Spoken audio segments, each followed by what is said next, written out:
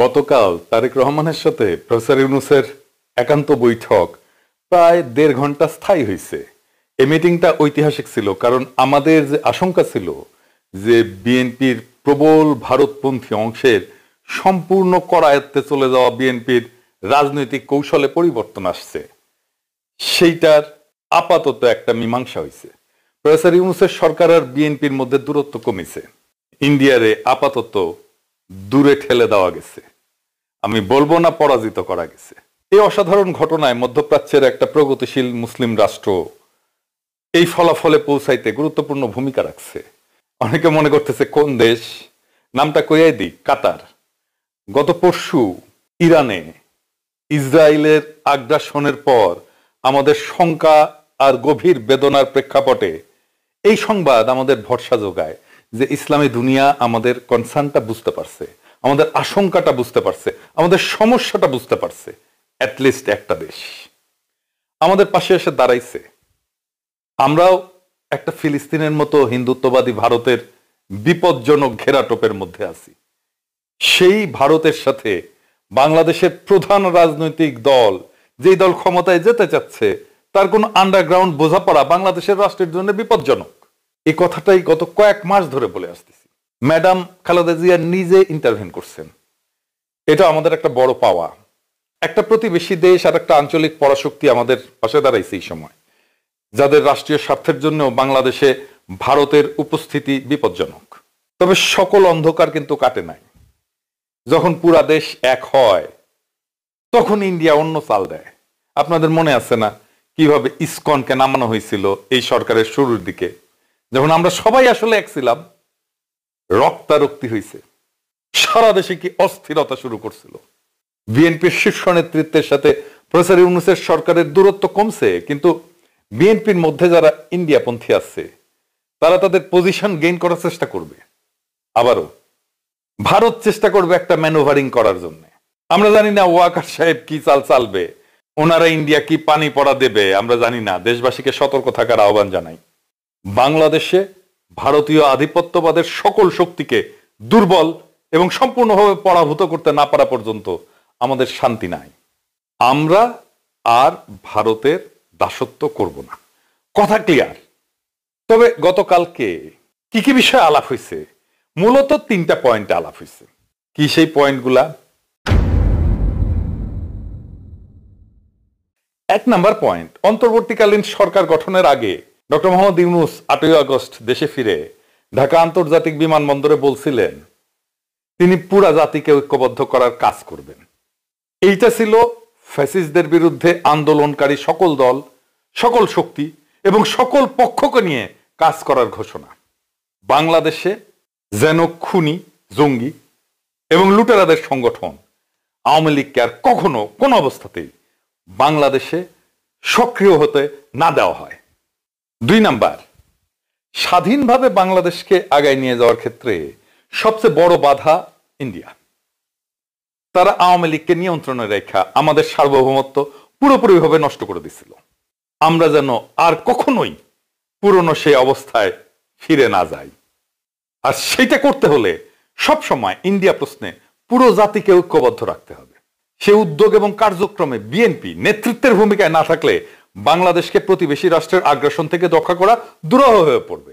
এটা আমাদের সকলের আশঙ্কা ছিল, কিন্তু অবস্থার দৃষ্টি আমাদের মনে হচ্ছিল বিএনপি ভারতের খপ্পরে যায় পড়ছে।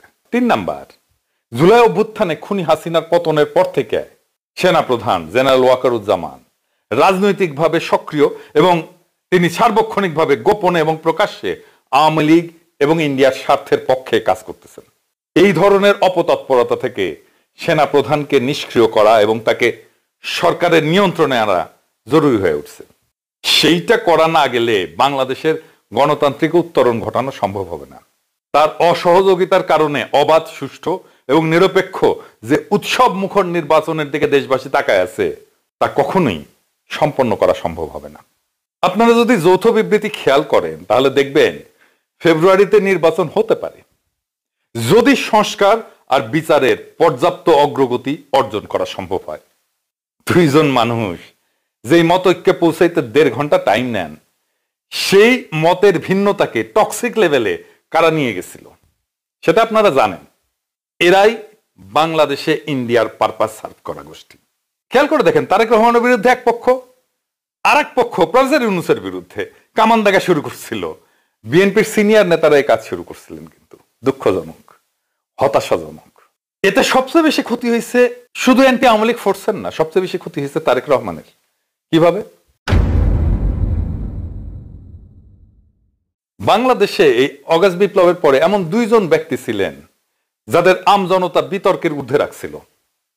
একজন প্রফেসর ইউনূস, আর একজন তারেক রহমান। যেই রাষ্ট্র প্রায় এক শতাব্দীর অর্ধেক সময় পার হয়ে গেছে, রাষ্ট্র হিসেবে গড়ে ওঠেনি, জনগণকে সেবা এবং নিরাপত্তা দিতে পারেনি, সেই রাষ্ট্রে মানুষ এখনো আশ্রয় খোঁজে, কোনো আদর্শে না। একজন মহামানবের হাত ধরে, একজন মহাপুরুষের হাত ধরে, একজন বিশাল মানবের হাত ধরে। থমাস কার্লাইলের একটা তত্ত্ব আছে, গ্রেট ম্যান থিওরি। যখন ইনস্টিটিউট কাজ করে না, তখন অসহায় মানুষ মহাপুরুষের দিকে, বড় মানুষের দিকে তাকায় থাকে, আশা আর নির্ভরতা খুঁজে। উনি বলছিলেন যে ইতিহাস গড়েন কয়েকজন অসাধারণ ব্যক্তি, যাদের জন্মই হয় একটা বিশেষ সময়, একটা বিশেষ ক্ষমতা এবং গুণাবলী নিয়ে। কার্লাইল বলছিলেন যে ইতিহাসের মোড় ঘুরাইছে মহাপুরুষেরা, বিশেষ ক্ষমতা সম্পন্ন মহামানবেরা।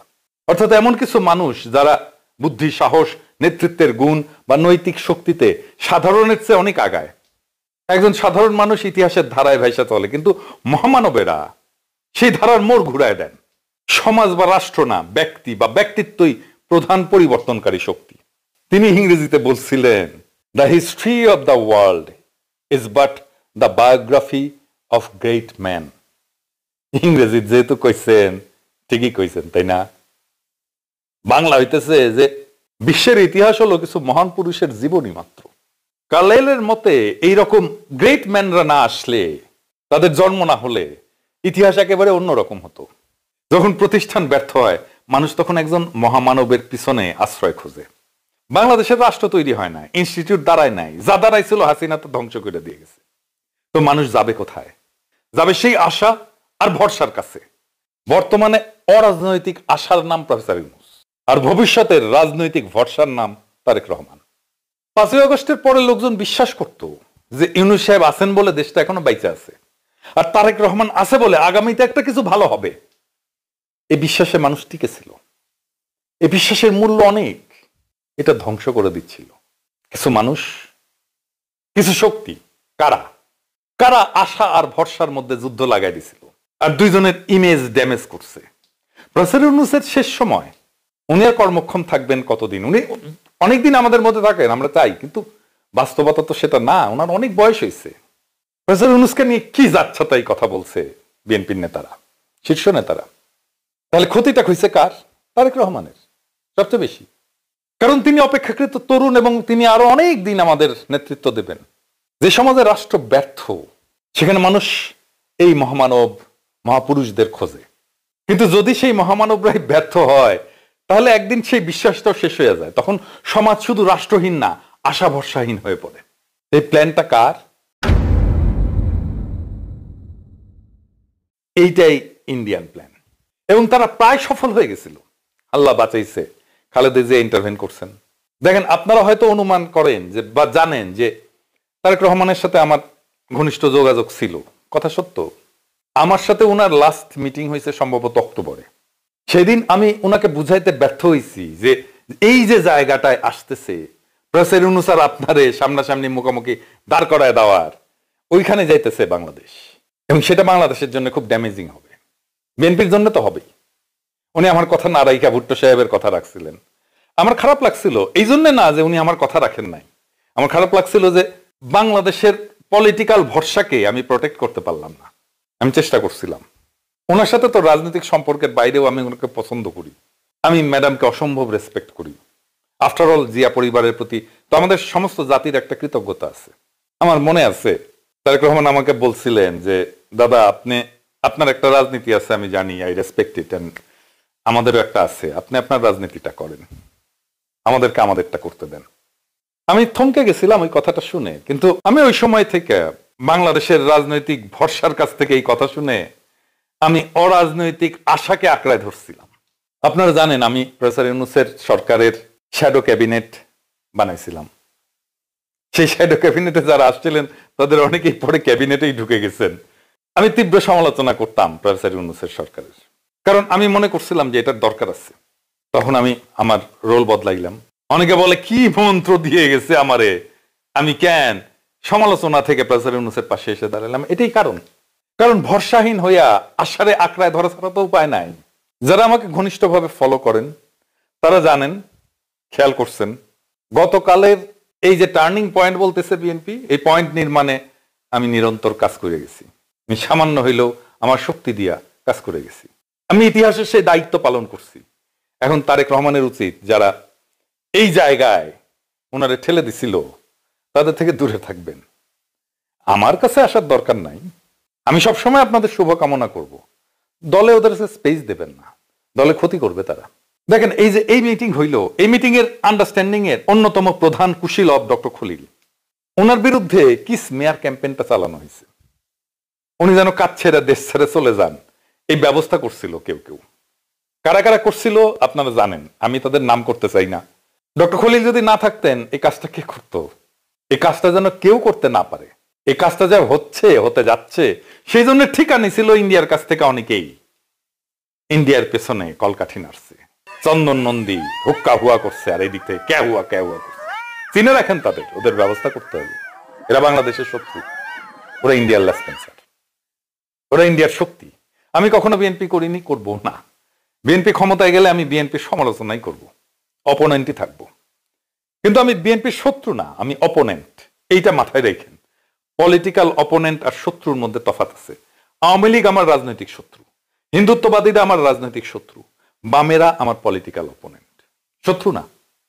বিএনপি আমার পলিটিক্যাল অপোনেন্ট, শত্রু না।